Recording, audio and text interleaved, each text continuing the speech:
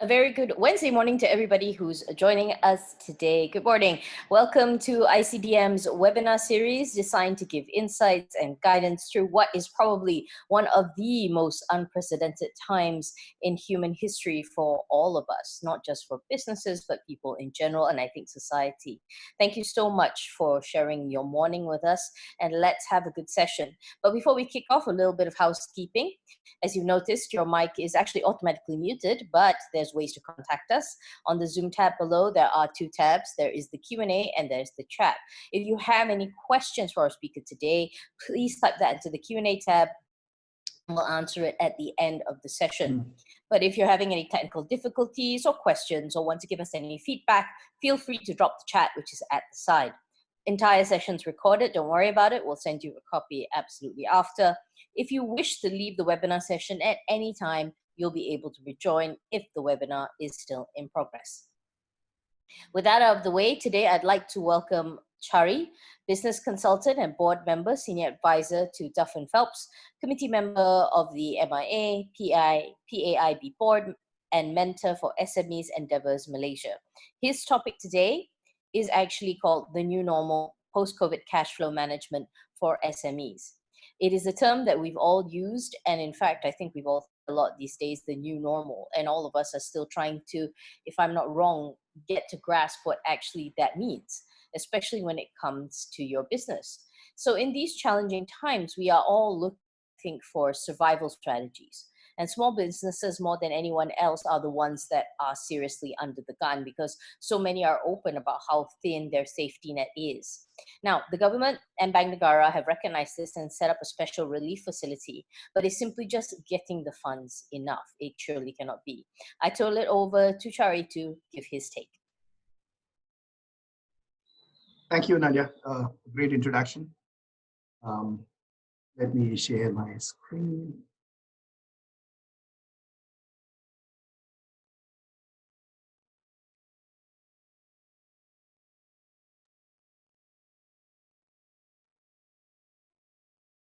You see my screen?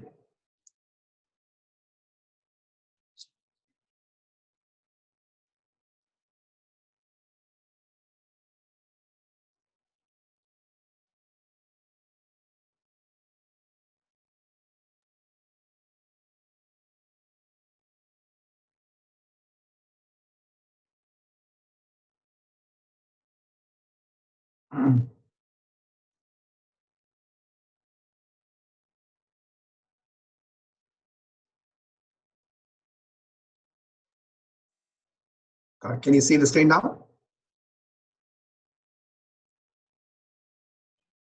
Yes, we can, Jerry. Lovely.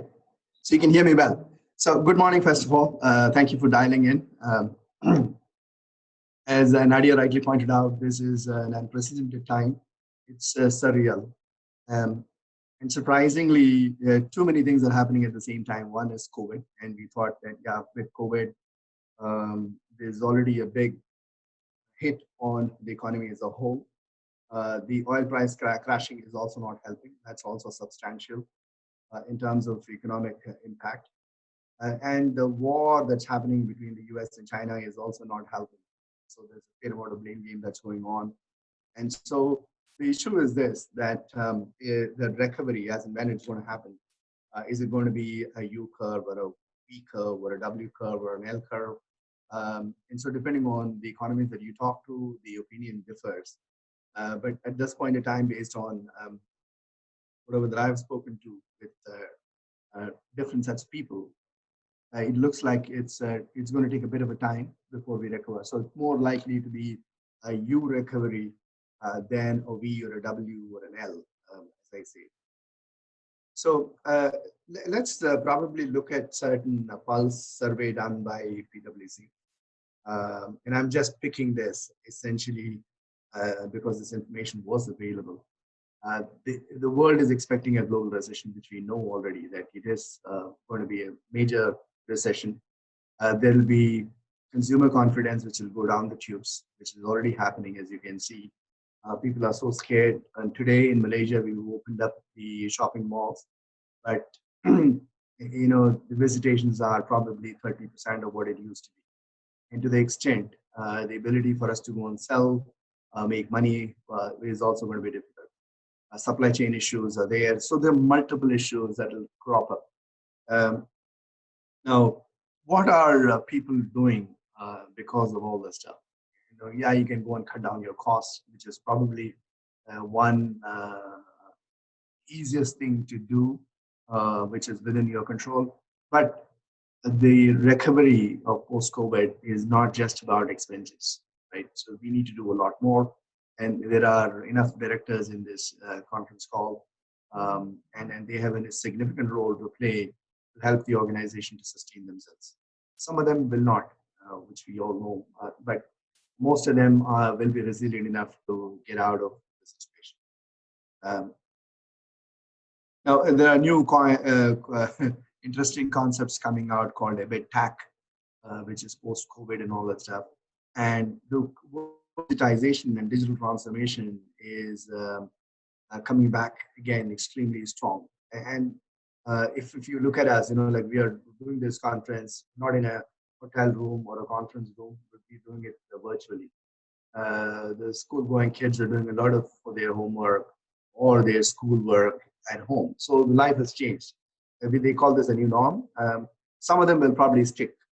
And I remember I was talking to, there was a video that I was listening to by the chairman of Unilever in India. And he said that, look, I used to go to London at least 4 times a quarter for board meetings. And in the last 2 months, I've never been to.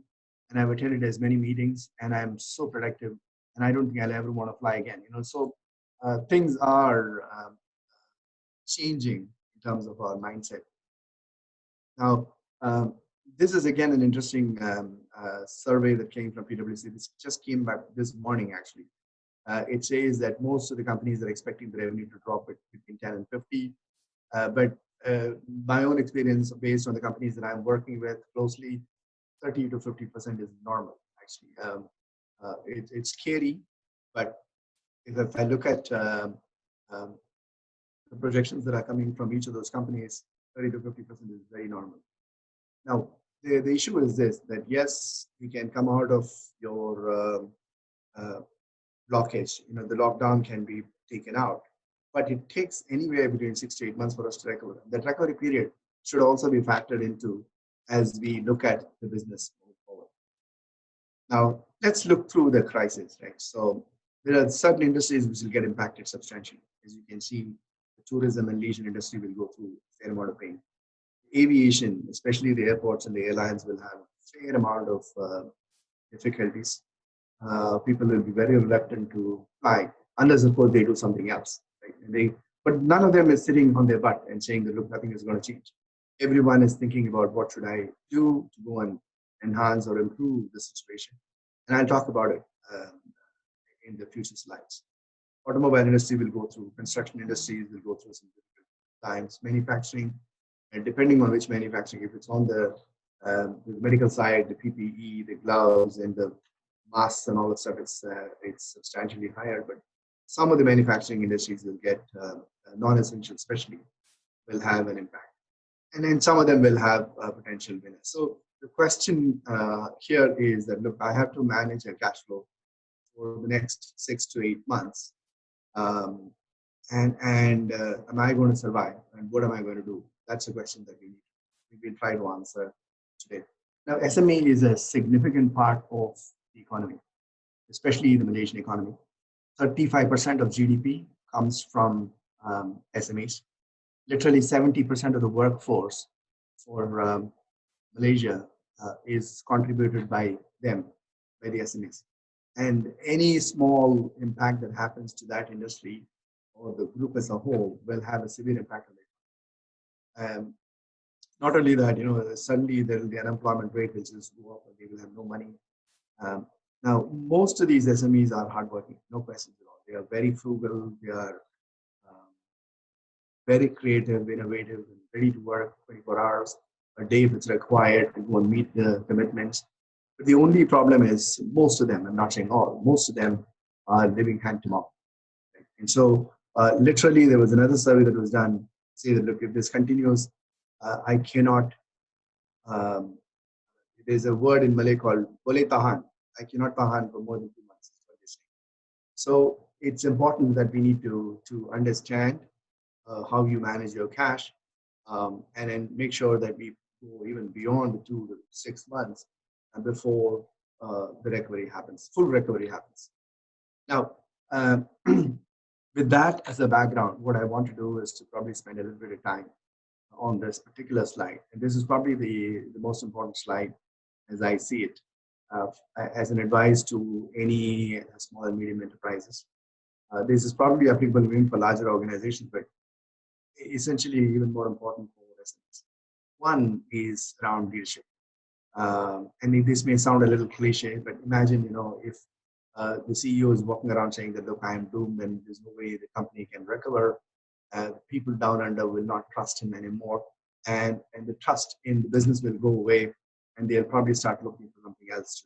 So leadership, embracing new culture, staying a little optimistic, communicating with the employees are going to be important. I'll probably spend a few minutes there because cash flow is all about the resultant actions that we take in every single segment, and finally it just flows into a cash flow. A cash flow is not inflow minus outflow. It is true, but where do you get the inflow from? Where do you get the outflow from? And leadership plays a significant role. We'll spend a couple of minutes there. I got 1 or 2 slides. Second box is strategic business planning and scenario planning. And scenario planning is getting to be a lot more important now, because we need to probably start hypothesizing. Say that, look, if the control movement order gets extended by another 1 month, what happens? What happens if there is a second wave? What happens if my supplier, who has been 80% of my requirement is coming from one supplier, if he goes bankrupt or if he closes down the shop? I have a customer who gives me about 80% of the business, and if he goes out of business or he is looking for something else to do, what happens to my business? And so the scenario planning is important. Also, the digital adoption. We spoke about it, and I'll give you a number of examples around what smaller companies are doing around digital adoption and how can I enhance my revenue as well as my pricing using digitization or digitalization. Then I think we need to do stress tests. And today, stress tests are very common for banks, but it's time for us to go and start looking at doing stress tests even for non-banking organizations very seriously. And I'm seeing that happening with 3 or 4 companies that I'm associated with as a consultant. And all these companies are now doing stress tests to see how long they can survive. And the one company that I was working with before, they recently announced that they went and borrowed about 3.5 billion ringgit, very large company, obviously, in anticipation of cash running out. And saying, okay, let me be proactive. If I can go and borrow now, I'll go and borrow now. So they were able to get about 3, which is very positive. The third block that I want to talk about is proactive engagement. Engagement with your employees. It's important that their morale is high and bring them together and solve some of the problems that we have. Second is customers, understanding the customers, whether they're going to survive or not survive. If they need a price reduction, can they afford a price increase? Similarly, supply chain as a whole, who are your suppliers? Is the logistic going to be robust enough for somebody to come and deliver goods? And that's the third block that we talked about. The fourth block is around cash. And this is where all the stuff that we spoke about, the first 3 blocks, will get converted. And we need to create a committee, and this is being recommended by most of these large consulting companies, saying that, look, we need to have a cash conservation committee. It should meet probably even every day, a minimum of once a week, but every day better, to see whether the assumptions that we have made in terms of collection, in terms of payments, in terms of capex, capital expenditure requirements, are all met, not met. If a customer of yours is saying that, look, I can't pay you in May, I can only pay in July, for example, what happens to your cash flow? All that has to be thought through very carefully. And this cannot be done only by the chief financial officer. It has to be done by the management. Now, again, board plays a significant role in making sure that all this happens. In fact, the board that I sit in yesterday had a meeting just to review COVID readiness, nothing else. We were not talking about any other subject. We said, look, from a COVID perspective, can we get ready? So optimism is the foundation of courage and progress. I think it's important for us to understand. And secondly, please embrace technology and data-driven culture.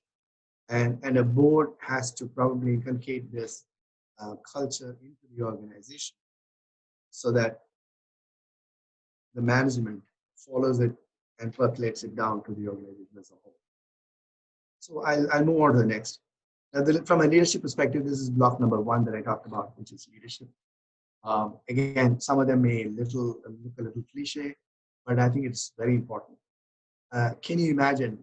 The fear can be contagious. If the CEO and the CFOs and the CXOs are very afraid of what's going to happen, that can be very contagious, and it will just percolate very quickly down the organization. And it may kill the entire momentum that you could possibly recover. So be calm, confident, courageous, empathetic. Express your vision. So some of them are cliche, but I think it's absolutely needed. And a board can play a significant role in making sure that all these are followed. Culture is, again, an important piece of it. I want to rapidly recover revenue. The board should say that, look, I don't want to accept this, that this cannot be done. And I'll give you examples of what other companies are doing. Now, if I'm sitting in an airline, what will I do? It's doomed. Like if Singapore Airlines says that 96% of my planes are on the tarmac and not doing anything. If I'm the CEO of the organization, what do I do? Right? And are they doing something? The answer is yes. And I'll demonstrate to you as to what they're doing. So even the most difficult businesses, they're doing something different to make sure that they recover revenue. Now, whether they recover revenue 100% back to normal, that might take a little bit of a time. But sitting and doing nothing is not going to happen. So it's important that as a group sit together and say that, look, we will recover this revenue and build on it. Right? And so this is a quote from McKinsey actually to say that, look, rapidly recover revenue, rebuild your operations. This is where the digitization comes in. The manual ways of doing things, or I'm not talking about the traditional manual way of doing this. Like even sales organization, I have about 25 salespeople. Now, instead of having 25 salespeople, and I'll put them onto something else to do, but can I create a platform? What is meant by a platform? And can I connect the buyers to us directly so that the effort of bringing the sales up and down becomes a lot easier and it's much cheaper. Acceleration of digital adoption is important. So that's a quick overview of leadership. And these are some of the examples. Lyft is a company, and they were like Grab, for example, riding shares and all this stuff. And today, they're delivering essential services. They know that their business has come down substantially. Fortunately, their fixed expenses are low because they were not owning any of the taxis and all this stuff. But today, they're saying, okay, I'll do delivery essentials. Some of them are saying that, look, I've been making apparels, and I'll move fast so that at least for the next 6 months or 8 months, I have cash flow coming into and I can sustain my organization. Fitness center, Cult Fitness. And they're saying that, look, instead of doing it here, I'll bring it to your house. And today, a lot of activities are happening on the Zoom. You have yoga classes, music classes, this. So people are still able to recover some revenue out of what it cost, but it's not zero. So we cannot sit there idle. We need to sort of creatively come out with ideas. Netflix has got a party from home, car care to home care by one of the companies. Now, I'll show you this video, just 1 minute of this, just watch it, as to what even airlines are doing, which is probably one of the most difficult business. I hope you can hear the sound. In a post-lockdown world, when travelers return to the air in high numbers, this device could make flying safer by disinfecting planes with ultraviolet light. It's called the Germ Falcon. a robotic tool with collapsible wings no bigger than a food trolley that can be pushed down an aisle, emitting UVC light onto surfaces of the cabin that may have germs transmitted by passengers. The Germ Falcon is intended to be stationed at the airport. And as the plane comes in, the passengers will get off, the cleaning crew will come on and do what they normally do. They'll pick up the trash, they'll wipe up the spills, and then the final step will be this terminal disinfection with the Germ Falcon system. UVC light can damage the nucleic acids within an organism and prevent it from replicating. It's a fairly common disinfectant in hospitals and laboratories, experts say, but not in the air. They use them in hospitals because they are very, very effective. They're fast. They can be relied upon to kill all known bacteria, viruses, and superbugs. The California-based company created Germ Falcon in 2014, but hasn't had the demand for it until now. The US Centers for Disease Control and Prevention last month issued new guidelines for cleaning aircraft, but UVC as a disinfectant was not among them. The hope is that will change. So you get a message that even the toughest of businesses are saying that, look, how do I bring back my customer? I think if there's something that's important, revenue is going to be critical, and the team, with the help of the board, will have to start thinking clearly as to, yes, I understand that there are problems. I understand people are under lockdown. I understand that revenue will come down. But instead of revenue coming down by 80%, can I bring it down by 50%? At least to the extent you have some cash flow coming in. So when I talk about cash flow and how do I go and manage cash flow, first and foremost is, can I get back the revenue? What do I do with this getting back the revenue? And that's the message that we wanted to pass on. Now, companies like Lufthansa are just stripping off the normal seats that they have and converting them into cargo. And these are just minor examples of what people are doing to get back the revenue. Again, I'll talk about expenses later, because as cash flow and board will be probably more worried about expenses, but I'm just saying that it is equally important, if not more important, to focus on revenue. And if you look at UPS is providing delivery services via drone, especially medical kits and all that stuff. And suddenly, people are willing to pay a huge amount of money for this kind of stuff. It's a logical extension of what you're doing, but we're all getting very creative in a way. So that's the first block. So leadership, getting back your revenue, getting back the culture, and the board and the management play a significant role in making sure that the organization survives moving forward, primarily by taking the lead. The second piece is probably a logical extension of leadership. And again, I'll spend a little bit of time here, but not too much again. And although there's so much to be said and so much to be shared, strategic business planning, scenario planning, and stress testing has to be done. So essentially, if I'm in the board, I will probably go and ask the management team to say, look, can you go and lock this in a room for 2 to 3 days, virtual room, obviously, today, and retrospectively think through as to what has worked for you in the past, what has not worked for you in the past, what is not working today because of COVID-19, and what can I do to go and change this business model, right? How can I go and get back my revenue and my customers by changing the business model? Again, a few examples I can give you in the form of a video or whatever. And a stress test. If this extended goes beyond certain times, what happens? If there is a second wave, what happens? If my supplier goes belly up, what happens? If my customer goes belly up, what happens? A banker who has promised me about $10 million, or my shareholders has given about $10 million that he promised. If he changes his mind, what happens? All that questions are called the scenario planning period. So I think that let's go spend a little bit of time there. So these are questions that you should raise, right? Are we ready for a business model change? Now, simple things, and I'll give you a couple of examples. Very interesting. Now, there's a company in Australia. They were selling shrimps. I think it's lobsters and shrimps and all this. And you knew they were selling in bulk. And obviously, the pricing was not great. But what they did was to have a blockchain attached to each one of those shrimps and lobsters. And there's a QR code. And when I look at it, it tells you that it was harvested on the 18th of March in the sea of Australia, whatever, Tasmania, whatever. So the minute you have that kind of a transparency, people are willing to pay 20%.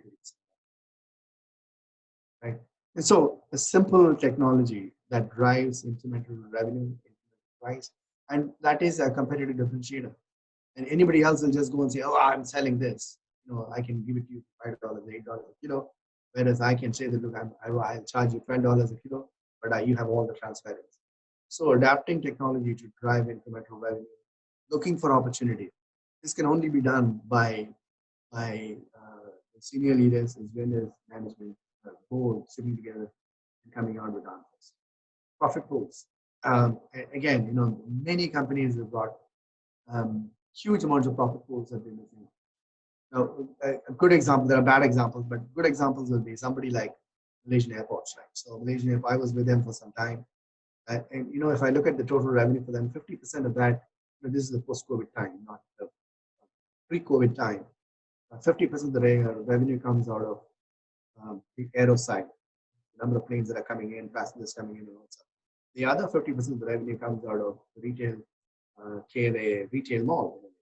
KLA 1, KLA 2 is like any other retail mall that you can do. Similarly, they make extra money on car park and they make money on their warehousing, HEV outlet. So these are called the profit pools that are available. Qantas as a company, again, this is before the COVID time. On their core business, they were not making a huge money. But on their adjacency business, the next level of business, they were making a sufficient amount of money. So we should probably start looking at what other adjacency businesses that we can do to get back. It's all a question of, how can I go and drive revenue? How can I go and drive revenue? Right? On the business model, I have one or two examples very quickly. For example, there's a company that I know, I was supporting them. These guys were providing security guard services for larger companies. Let's say, for example, I go to Cellcom Tower and I say that, look, I'll give you 20 guards in the morning and 20 guards in the evening. Totally, I'll give you 40 guards to provide security services. And most of the people that they hire are all retired people. This company went and said that, look, instead of you going and hiring 40 people, right, I have a technology, which is an IPV camera, in all these key places I provide. And this is going to get fed to my van, which is going to stay outside your building. And you're not the only building that I'm maintaining. I'm maintaining another 10 more buildings, which means that instead of having some 400, 500 guards, this company will be in a position to monitor very effectively the intrusion that's happening in the building through video analytics, sitting in a van outside of this building. And they'll probably have, instead of 400 people, they'll have 20 young people who are ready to pounce on if it is required. So that's a business model change, and there are a number of examples also that I can go on. But think about a business model that can change your revenue stream, and it becomes a competitive differentiation.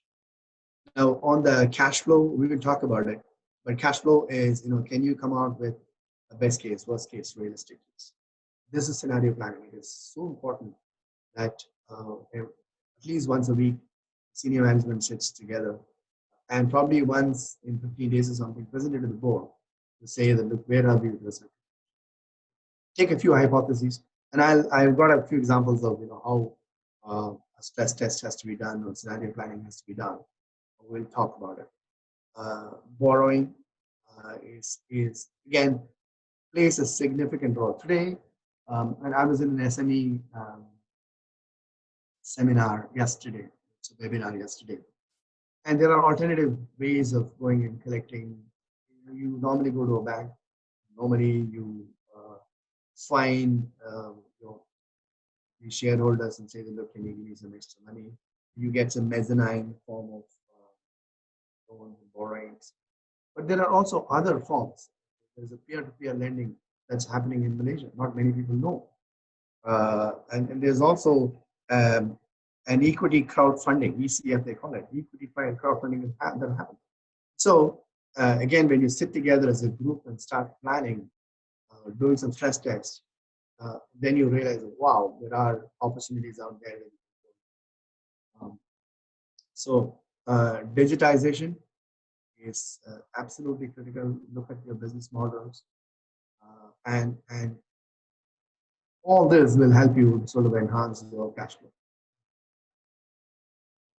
So again, this is a few examples of, I spoke about the guiding solution, business model changes.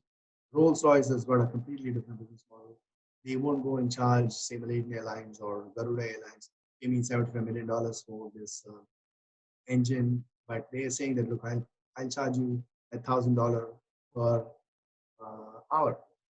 And they've got to justify the reasons to why they're doing it, because they get 15 years of revenue because of maintenance and all stuff that they get. So business models are important. Now, I want to show you this very quickly. It's probably about a minute or something. Even the most, if I may use the word, unsexy business can adapt to digital technology, and that should drive incremental profit for you, incremental revenue for you, and it will be a competitive differentiator. Just listen to it for a few seconds if you don't mind.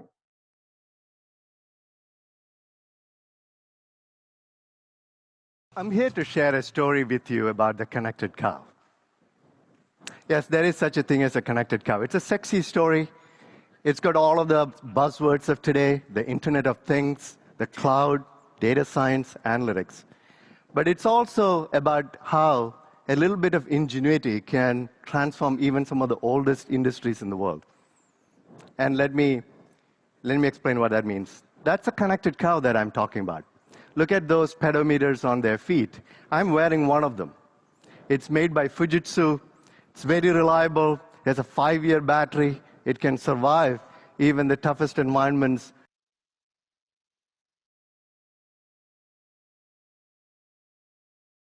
In the farm.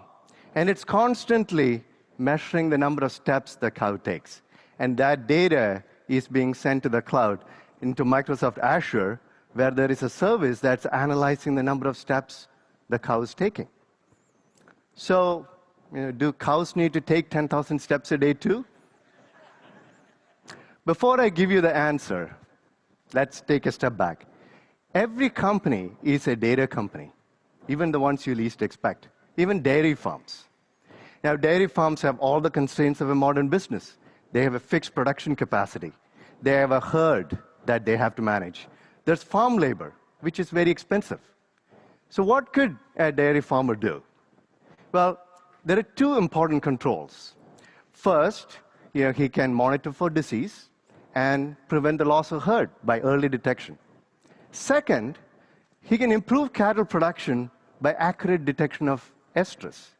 Now, if you remember high school biology, I'll skip that because you get a picture now that the most traditional businesses are ready for digital transformation, and some of these technologies are extremely cheap. I don't think some of these IoT devices are very cheap these days, and suddenly the 10,000 steps that I take in them every day, even a cow needs it.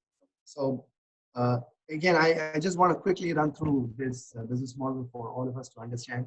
And this is some of the questions that probably you should raise it with your management team or your own board. So this is called a platform business. A platform business is like the Ubers of the world, or Grabs of the world, or Airbnb. You generally have a north side and a south side. And north-south is where you have someone who is providing you the services, and south side is the one where you have people who are taking the services.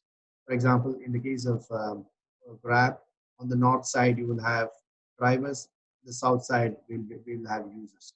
The role of a platform is to connect the north and the south seamlessly, right? And all the payments happen there. And the minute I get down from the car, I get a bill which says, where did I start, where did I end, and what is the price. Seamlessly, quickly, they finish off work, which is exactly what is needed for us. And platform business is getting a lot more popular moving forward. So the question is, in your own organization, can you bring in these platforms, connect the buyers and the sellers so that our job becomes a lot more seamless, a lot more efficient, less expensive. Right? This is one way of reducing costs.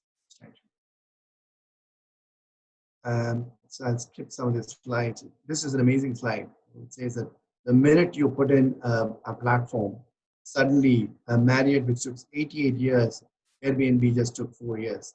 And Marriott, it took 88 years to get into 80 countries, and Airbnb was 192 countries. Now, what's going to happen to Airbnb after post-COVID? We will talk about it later. But fundamentally, as an old business, this is a compelling. The platform business is compelling. Even now, it's compelling. Now, one more video that I want to show you. This says, how can I enhance revenue?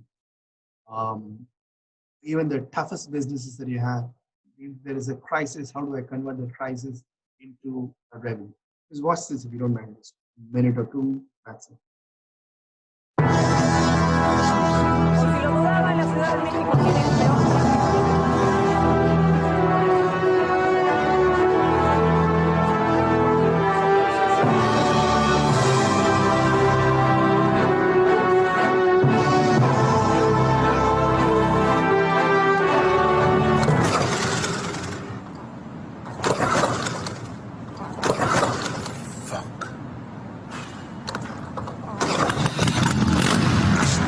The traffic jam Whopper. We used real-time data to detect our potential buyers in a traffic jam to offer them a Whopper and deliver on the move.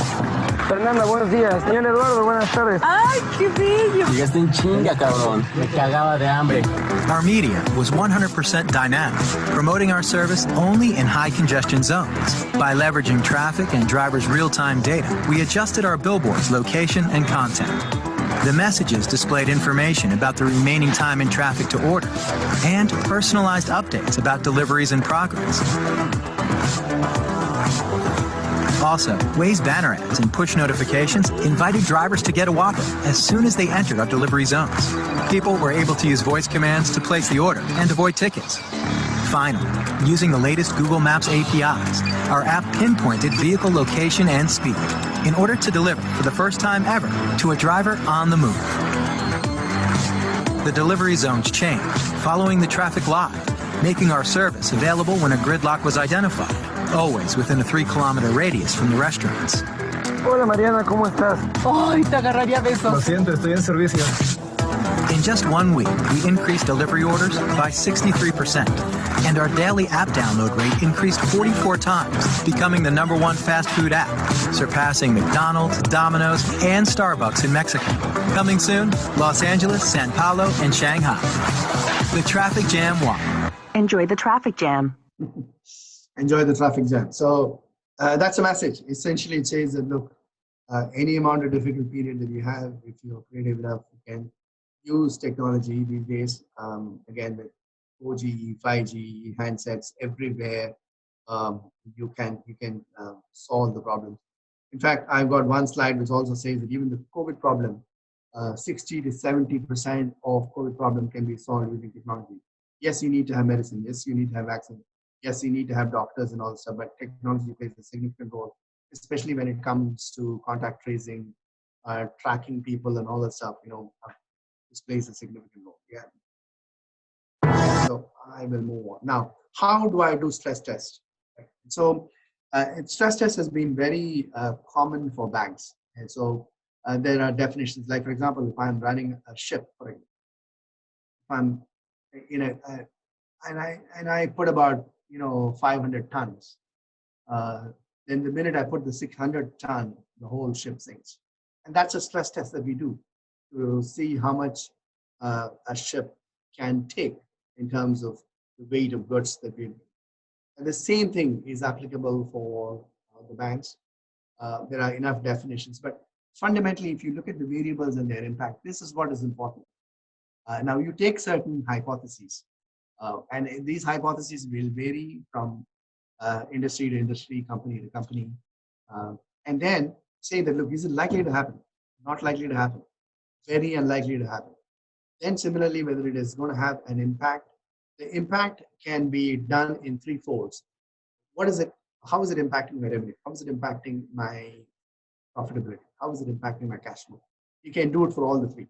But if you want to do it just for cash flow, you can also do it. But so essentially, on the one hand, the likelihood of happening, which is probability, and the other hand is the impact.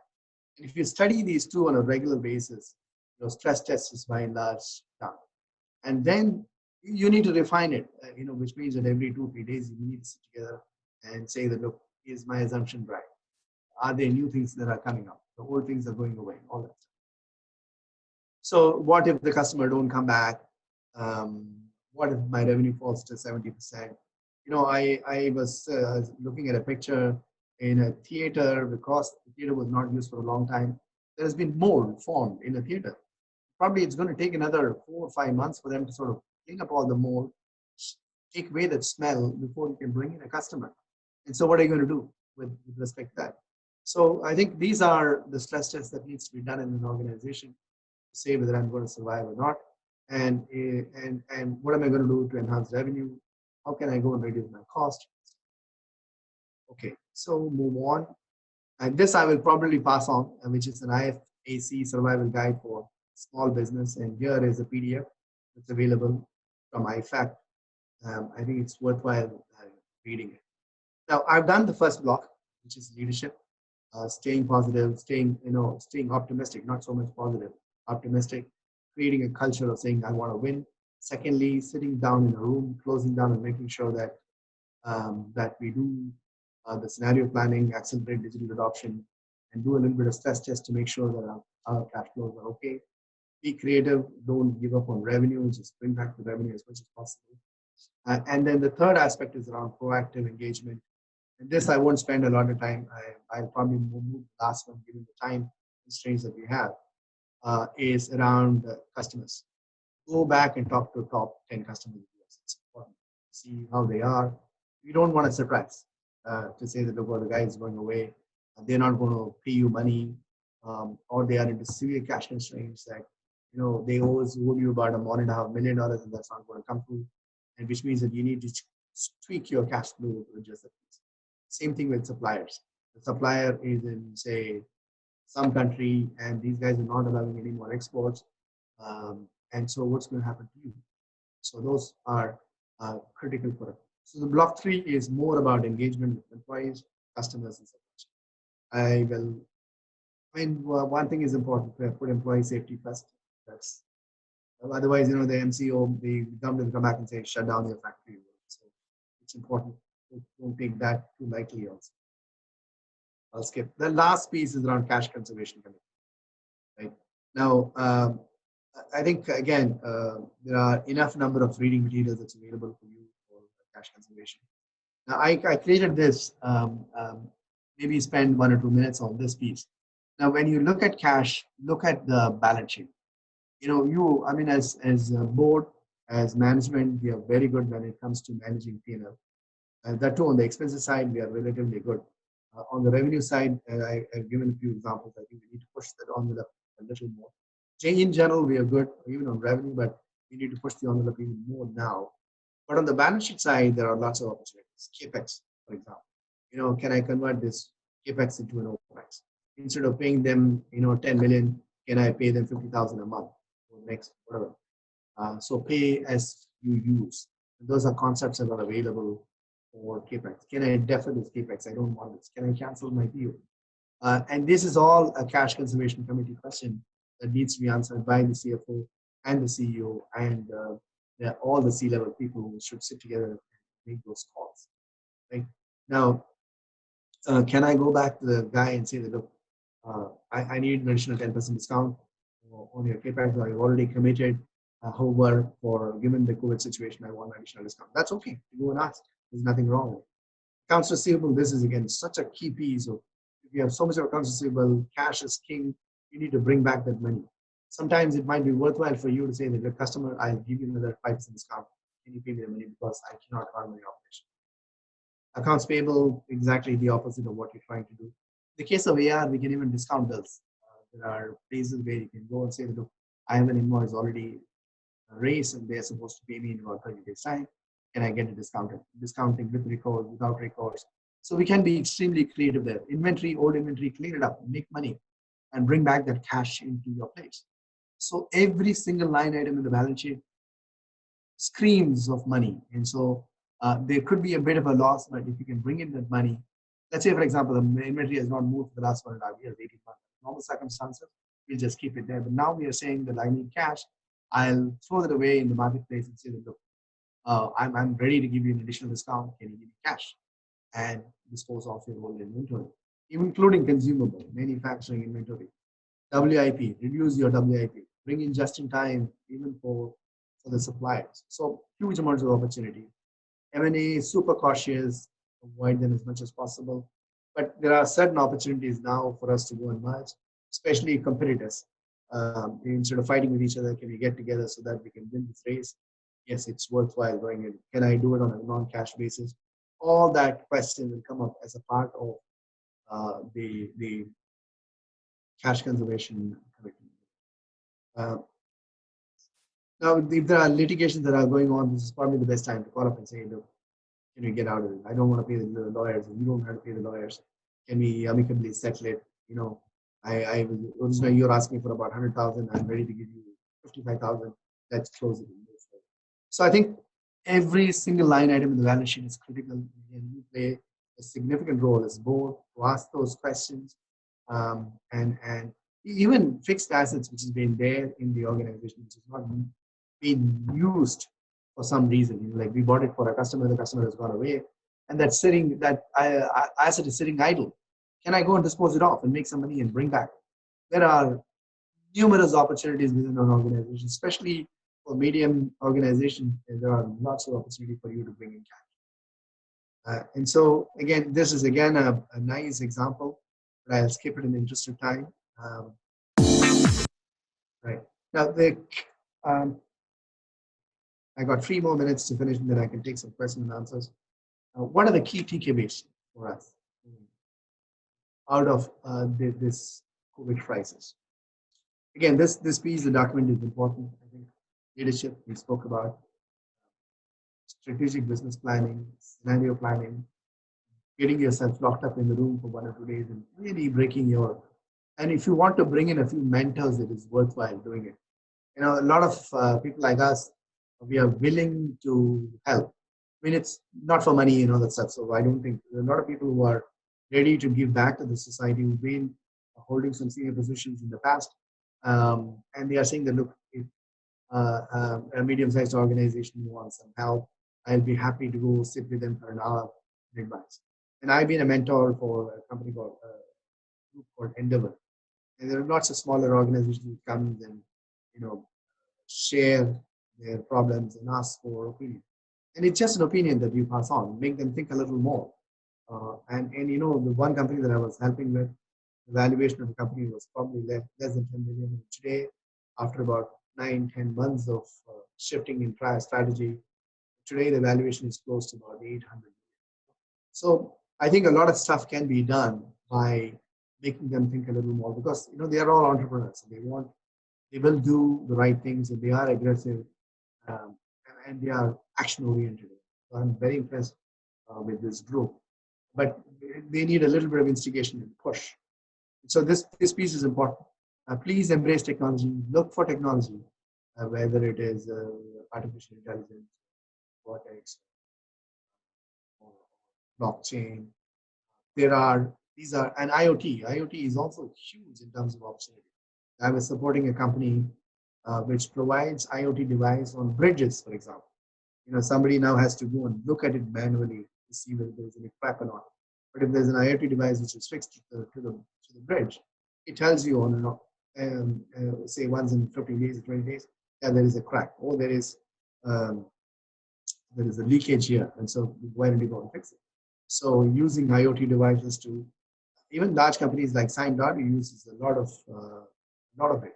So I think huge opportunity for us to use, embrace technology, and do not lose your eyesight on revenue. Revenue is critical, and if you're creative, there are enough number of profit pools. You can do some interesting things with pricing, customer analysis. Are you profitable against this customer or not? When I was in telco, we used to do tower-wise profitability. On this tower, am I making money or not? And so granularly understanding the profitability is also going to be helping you in terms of conserving the cash. So that's why this cash conservation committee is important.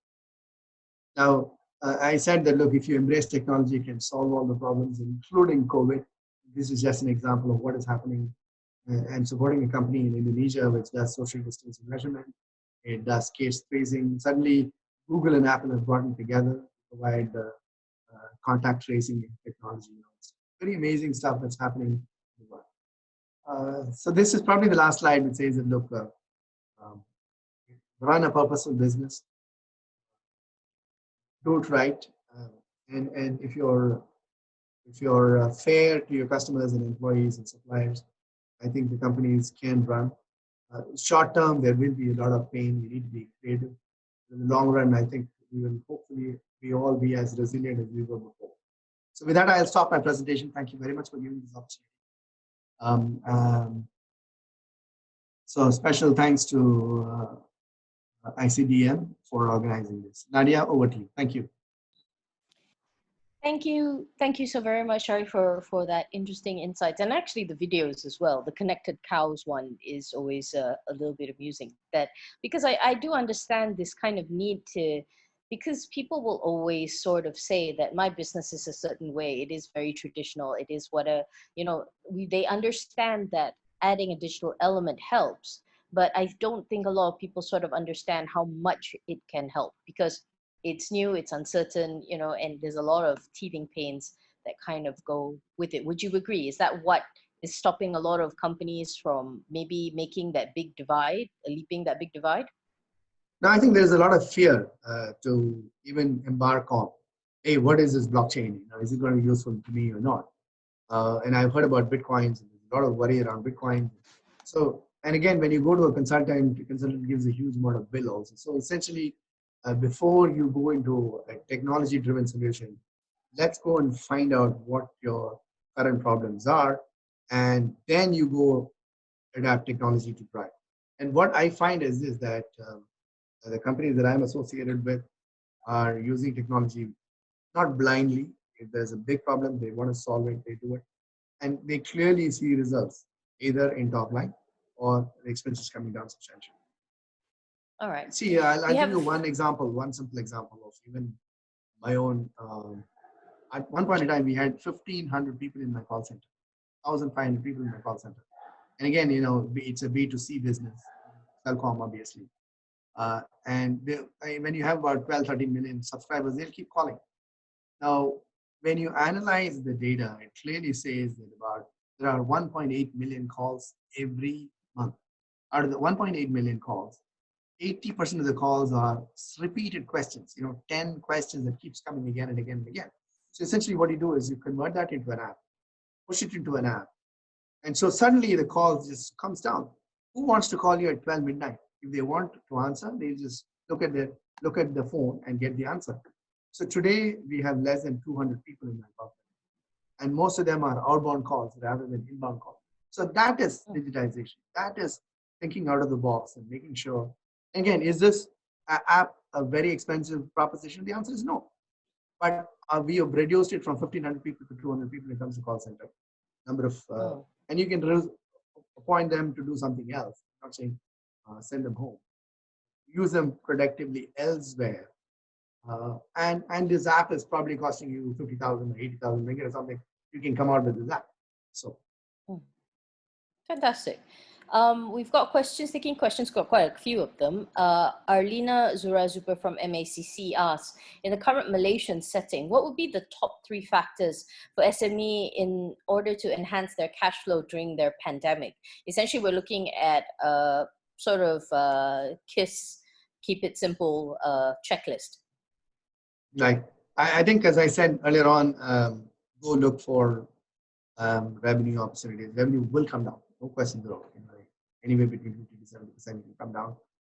But if they are creative, they can probably shift the business model for a short-term basis, drive incremental revenue for you. That's the first and foremost. Secondly, doing some cash flow scenarios just to make sure that you don't run out of money. And thirdly, look for banks, shareholders, P2P. There are multiple ways of getting money for the short run. And so it's all going to be cash flow, cash flow, cash flow, cash is king, and reduce your expenses where possible. Now, when I talked about this digitization also, it's probably medium term to long term, medium term mostly. But short term, if you can get back your revenue, that would be good actually. So as an organization, they need to get very aggressive in doing it. And again, knowing Malaysians, they are resilient and they will get it done. Well, actually, Agnes has this question relating to that, right?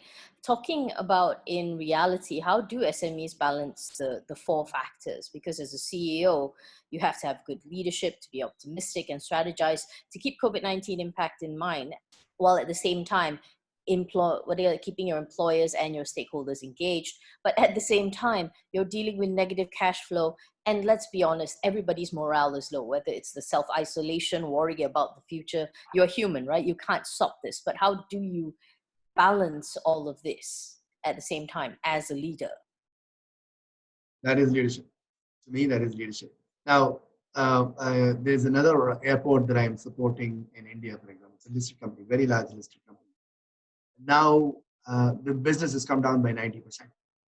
Right? Now, what do they need to do? They need to go and drive confidence to people that, look, when you come to my airport, nothing happens, everything is clean and all of that. So they now have come out with multiple contactless entry into the airport. So normally you go take your badge and show all that stuff as an employee. Nothing is now done. Nobody touches your passport. Nobody touches everything is done electronically. And so I think the world will move towards it. And so it varies from business to business. And again, in leadership, giving up is not leadership, in my opinion. So yes, I know there is a difficult period. I know it's not going to be business as usual. This is business as usual. Every company in the world is suffering. But can I bring down my suffering? But I need to stay optimistic. I'm not saying I need to stay positive. When I say positive, it means people will say that, look, this guy is smoking pipe. But I need to be optimistic to say, yep, I know all these problems. Let's work together to make it happen. So it's not easy. But look at some of the large companies here, like they've done it. Even for telecommunication companies as a whole, the businesses are coming down by 30 to 40% quickly. But they are saying, okay, these are the 7 things that I'm going to do. Again, I was in a board yesterday. 7 things that I'm going to do, I'll execute it.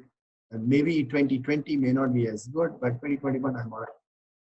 And so the recovery planning is also important. We've talked a lot about leadership, but we have a question here about how, while CEO and the owners are always the ones who strat the strategy, is there any buy-in from the employees? Because she's asking for your advice on managing the scenario where, you as the CEO, you set the tone. But how do you also get the buy-in from the employees to make sure that, they know that their voice is heard and they're not being guided sort of aimlessly, like the cows, guided aimlessly to a future that they're sort of not part of? I think, again, it's back to that uncertainty, right? It's like, how do you feel that you have some kind of control in it? I think this is where I said that some of the people will have to get into a room and run a workshop. So this is probably the greatest time for you to introspect as to what has happened in the past and what's happening. And now, if I do a workshop with the senior management as well as some of the key players within the organization, the final outcome is an input from all these people. And that's going to help you to say, look, it's not just my idea, it's our idea. As a leader, yes, I'm communicating this to all of you, but these are all ideas that's coming from all of you. And I am fully behind it. So let's go and execute it. Now, it doesn't mean that everything is cast in concrete. In a month's time, I find that something has to be tweaked. I'll tweak. I'll be open enough to go and tweak. Okay, we have time for about one more question.